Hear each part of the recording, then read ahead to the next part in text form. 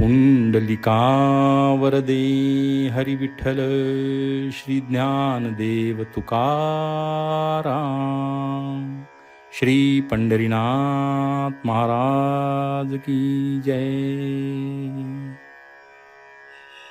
श्री ज्ञानेश्वरी सारांश अध्याय 18 भाग 2।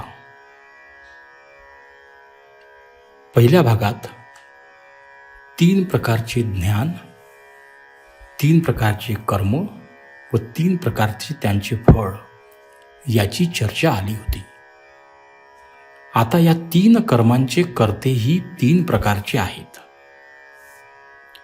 विहित कर्मे, कर्तृत्व मद व फळास्वाद टाकून आदराने यथाविधी करणारा हा सात्विक कर्ता। आपले कर्म करताना देहाला कितीही कष्ट पडले तरी त्याची पर्वा करीत नाही व कर्म सांग झाले तरी त्याबद्दल त्याला फुंज होत नाही, अथवा कर्म असांग राहिले तरी त्यामुळे तो कष्टी होत नाही। राजस कर्मकर्ता हा कर्माचे फळ सोप्या रीतीने पदरात पाडून घेण्याच्या मागे असतो, म्हणजे स्वतःच्या पदराला खार न लागू देता आपल्या पदरात सर्व फळ पडले पाहिजे अशी त्याची मानसिकता असते। व ते कर्म सिद्धीस गेले की लोकांना वेडावून दाखवितो व मध्येच जर बंद पडले तर त्याचा राग जगावर काढतो। तामसकर्ता म्हणजे निव्वळ लुटारूच, त्याच्यामुळे इतरांना पीडा होते। त्याच्या अंगी ताठा, त्याचे मन कपटी व त्याची वागणूक चोरटी असते। दुसऱ्याचे बरे झाले की याचे डोके दुखते। चांगले कर्म तो स्वतः होऊन करणारच नाही, परंतु असा योग आलाच तर त्यावेळी निद्रा व आळस हे त्याला हटकून यावयाचे। पण दुसऱ्याचा घात करण्याचे काम असले म्हणजे हा एका पायावर तयार असतो। यानंतर कर्म करण्याचा निश्चय बुद्धी करते व ते धैर्यामुळे शेवटास जाते। या बुद्धी व धैर्य यांचे 3 गुणांप्रमाणे झालेले भेद भगवान यापुढे सांगतात। आत्मप्राप्तीसाठी विहित कर्माचा निश्चय करावयास लावणारी बुद्धी ही सात्विक बुद्धी आहे। हीच पुढे नैष्कर्म्य स्थितीला नेऊन पोचविते। राजस बुद्धीला पापकर्म व पुण्यकर्म यांची निवड करता येत नाही। तामस बुद्धीला श्रुतीने करणीय म्हणून सांगितलेले सर्व विपरीत वाटते। पुण्य ते पाप, खरे ते खोटे, गुण तेवढे दोष असे सर्व त्या बुद्धीला उलटेच दिसते। अंगात सात्विक धैर्याचा उदय झाला म्हणजे इंद्रिये विषयापासून परावृत्त होऊन अंतर्मुख होतात। मन संकल्प विकल्प करण्याचे विसरते। हे धैर्य परमात्म्याचे दर्शन होईपर्यंत सर्व कठीण प्रसंगात टिकून राहते। राजस धैर्य देहावर जास्त आसक्ती उत्पन्न करते व ऐहिक पारत्रिक भोगार्थ अहर्निश खटपट कराव्यास लाविते।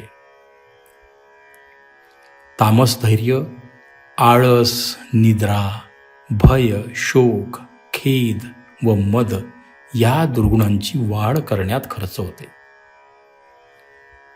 कर्म केल्यावर त्याचे जे अनुकूल फळ प्राप्त होते त्याला सुख म्हणतात व तेही 3 गुणांप्रमाणे 3 प्रकारचे असते। खरे सुख जीवाला आत्म्याच्या भेटीत प्राप्त होते। हे सात्विक सुख जीवाला प्राप्त होण्याच्या अगोदर त्याला वैराग्याचे फार मोठे कष्ट सहन करावे लागतात। हे सुख इंद्रियजन्य नसून उलट वैराग्याने विषयाची व इंद्रियांची ताटातूट झाल्यावरच आत्मबुद्धी प्रसादाने उत्पन्न होते. राजस सुख विषय व इंद्रिये यांच्या संयोगात उत्पन्न होते, पण ते क्षणिक असते. ते भोगल्यानंतर मागे दुःख उरते. तामस सुख निषिद्ध विषयांच्या स्वैर उपभोगात उत्पन्न होते. दुसऱ्याचा नाश करणाऱ्या आसुरी लोकांच्या ठिकाणी हे सुख असते. सत्व रज व तम या 3 गुणांनी या सर्व सृष्टीत 3 प्रकार केले आहेत. आतापर्यंत कर्म, कर्ता, बुद्धी, धैर्य व कर्मफळ यांचे प्रकार सांगितले. या 3 गुणांनी ब्रह्मा, विष्णू, महेश असे 3 देव, स्वर्ग, नरक, पाताळ असे 3 लोक, त्याप्रमाणे ब्राह्मण, क्षत्रिय, वैश्य व शूद्र असे 4 वर्ण निर्माण केले आहेत. या 4 वर्णांना शास्त्रांनी यथायोग्य अशी 4 प्रकारची कर्मे लावून दिली आहेत. ब्राह्मणाला उत्कृष्ट अशा 9 गुणांचे कर्म सांगितले आहे. ते 9 गुण म्हणजे शम. पहिला गुण शम, इंद्रिय स्वाधीन करून घेऊन बुद्धी अंतर्मुख करणे. दुसरा गुण दम, बाह्य कर्म इंद्रिये. ते गुण म्हणजे शम, दम, तप, शौच, क्षमा, आर्जव, ज्ञान, आस्तिक्य हे 9 गुण आहेत. आता शम म्हणजे इंद्रिये स्वाधीन करून घेऊन बुद्धी अंतर्मुख करणे.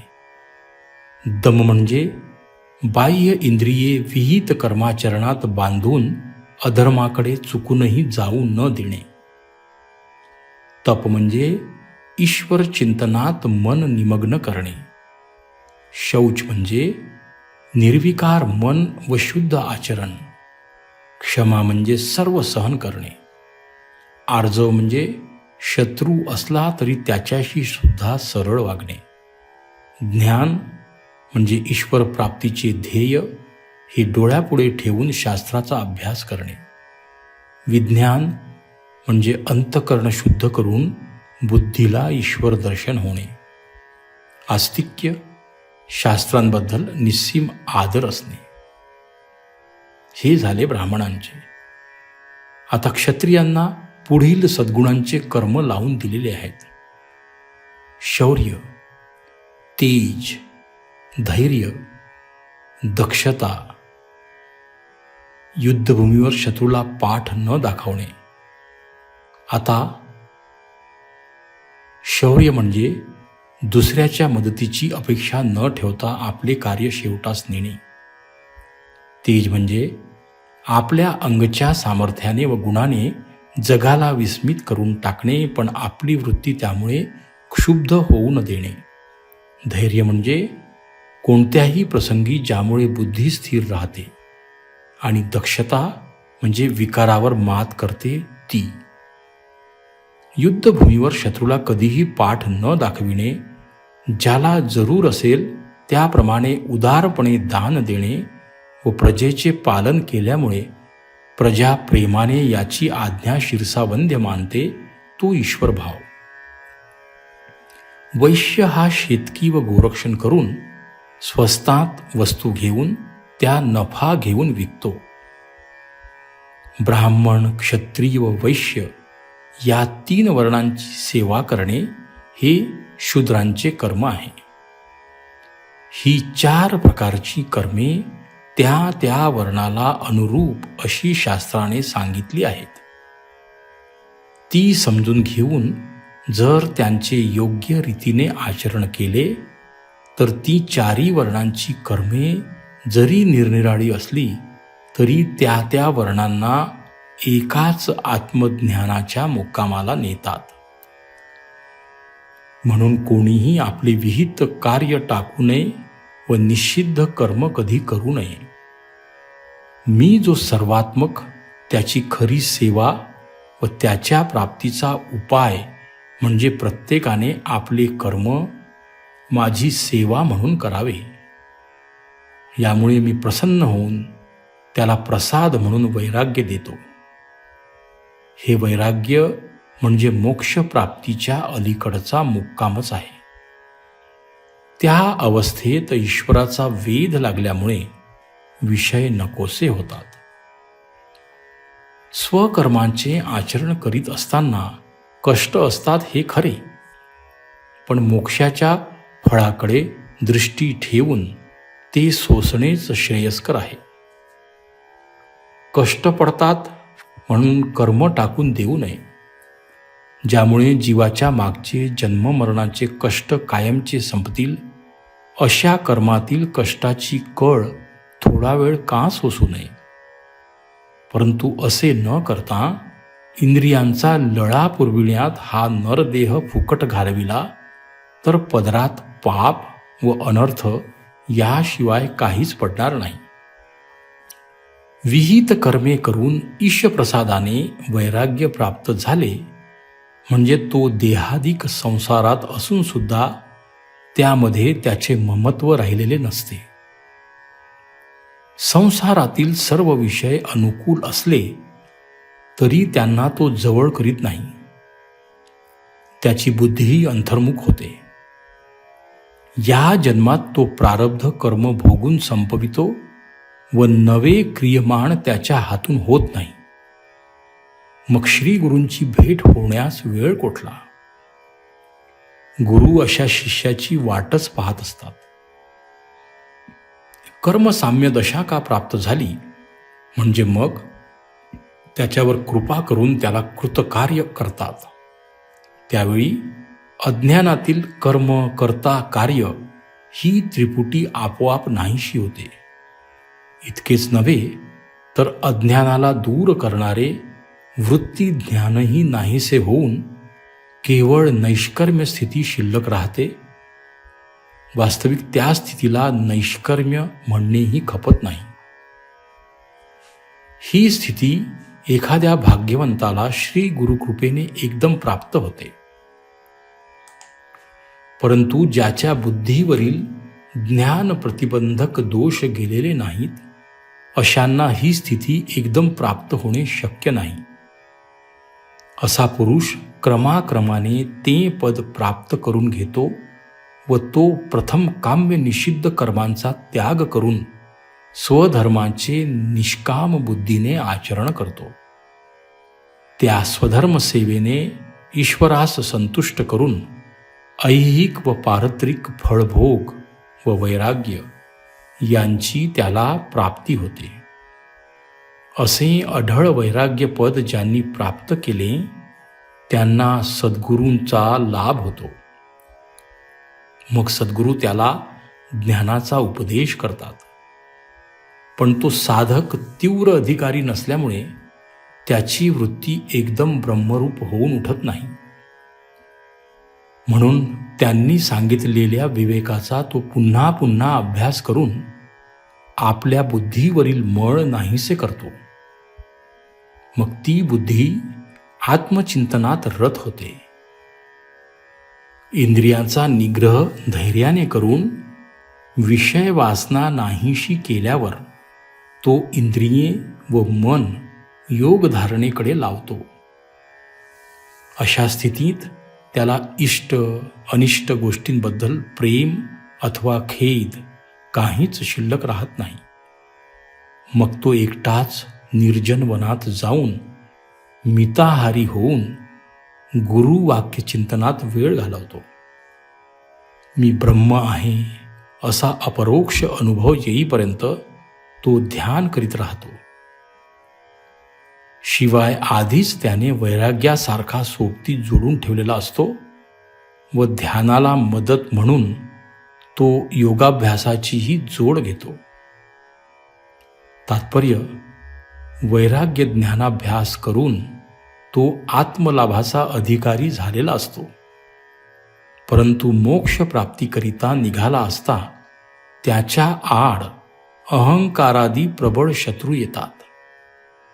त्यांचा तो नायनाट करतो. हे शत्रू एकाहून एक बलिष्ठ आहेत. त्यापैकी पहिला म्हणजे देह अहंकार. मनुष्य मेला तरी त्याला तो सोडित नाही व जन्मला तरी जगू देत नाही. जन्मोजन्मी त्याच्या पाठीस लागतो. हा साधक या अहंकाराचा आश्रय जो देह त्याचाच निराश करून देहाहंकार रूपी शत्रूला पहिले जिंकतो. दुसरा शत्रू बल. हा कामादिकांना सहाय्य करतो. त्याचा तो ध्यानाने नाश करतो. तिसरा शत्रू दर्प म्हणजे अनुकूल विषय प्राप्त झाला असता होणाऱ्या सुखाने मस्ती येणे. चौथा शत्रू म्हणजे काम. याने आजपर्यंत मोठमोठ्या तापसी लोकांना आपल्या मार्गापासून भुलविले आहे. त्या कामाच्या अपूर्णतेतच क्रोध उत्पन्न होतो.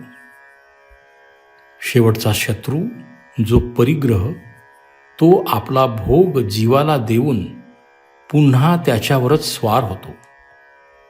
याने मोठमोठ्या साधकांना शिष्यशास्त्र विलास यांच्या रूपाने अडवून ठेवले आहे. या सहाही खळांना जिंकल्यावर अमानित्व इत्यादी दैवी संपत्तीचेच जे गुण, त्या गुणांसह यथार्थ ज्ञान त्याला शोधित येते. या विश्वात सर्वत्र माझीच सत्ता भरून राहिली आहे असा अद्वैत बोध प्राप्त झाल्यामुळे त्याला यापुढे आणखी काहीही मिळवावयाचे शिल्लक राहिले नसते. वैराग्य, ध्यान इत्यादी साधनांनी जे फल मिळवावयाचे ते हाती आल्यामुळे ती साधनेही कमी होतात. ज्ञानाचा पूर्ण परिपाक अशी जी शांती, ती त्याला प्राप्त होऊन तो ब्रह्मस्थितीच्या अगदी जवळ आलेला असतो. त्यानंतर विश्वातील भेद प्रतीती मावळून एक माझ्या वाचून दुसरे काहीच नाही असा अद्वैत अनुभव त्याला येतो. हीच माझी श्रेष्ठ भक्ती आहे. आर्त, जिज्ञासू व अर्थार्थी या दृष्टीने हिला चौथी भक्ती म्हणतात. वास्तविक ती माझी सहज स्थिती आहे. या माझ्या सहज स्थितीलाच भक्ती हे नाव आहे. इतर तीन भक्तीत अज्ञानामुळे द्रष्ट्यालाच दृश्य केले जाते. सहज भक्तीत एक दृष्टाच उरतो. हा ज्ञानी भक्त जरी शरीराने वेगळा दिसत असला तरी तो माझे स्वरूपच झालेला आहे या अभिन्न स्थितीत स्वभाववशात त्याच्या संघाताकडून जी जी क्रिया होते ती माझ्या महापूजेत जमा होते. त्याला जन्म जरा मरण उरत नाही. तो आता अज अमर आनंदमय अशा स्थितीला पोचलेला असतो. ही स्थिती शब्दाने वर्णन करण्यापलीकडची आहे. या परमोच्च स्थितीचे वर्णन केल्यावर सर्व कर्माण्यपि कुर्वाणः या श्लोकांपासून भगवान पुन्हा साधन कर्म का सांगतात याचे स्पष्टीकरणशी ज्ञानदेव करतात. हा महत्वाचा तत्वविचार साधकाच्या अंतकरणात एकाच श्रवणाने दृढ होणार नाही, म्हणून तो पुन्हा थोडक्यात भगवान सांगत आहेत. गीताशास्त्र हे इतर शास्त्रांपेक्षा फार श्रेष्ठ आहे. कारण इतर शास्त्रांनी जरी मोक्षप्राप्तीचे उपाय सांगितले तरी त्यांना स्वतः प्रामाण्य नाही. परंतु गीता ही वेदांचीच मूर्ती असल्यामुळे तिचे स्वतः प्रामाण्य आहे. अविद्येचा निराश केल्यावर आत्मा आपल्याच प्रकाशाने प्रकाशित होतो. हा आत्मलाभ करून देण्याचे मार्ग गीतेत नाना प्रकारांनी ठिकठिकाणी सांगितले आहे. तेच पुन्हा भगवान सांगतात. तो कर्मयोगी पुरुष माझ्या प्रित्यर्थ सर्व कर्मे केल्यामुळे मद्रूप होतो. मग त्याच्या हातून चुकून एखाद्या वेळी जरी निषिद्ध कर्म घडले तरी ती कर्मे माझ्या प्रत असल्यामुळे त्याला ती बंधन करू शकत नाहीत.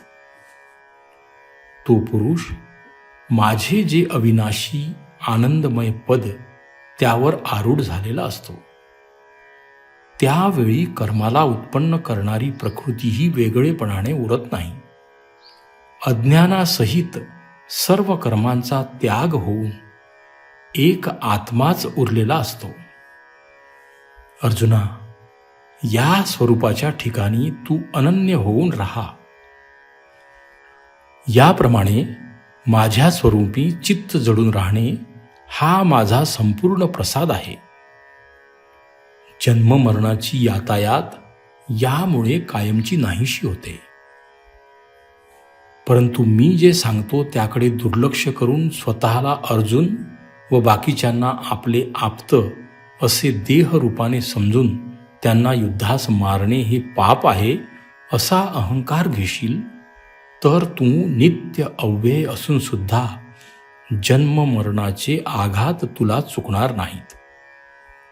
दुसऱ्याही दृष्टीने पाहिले तर मी लढणार नाही असा तुझा निश्चय फार वेळ टिकणार नाही.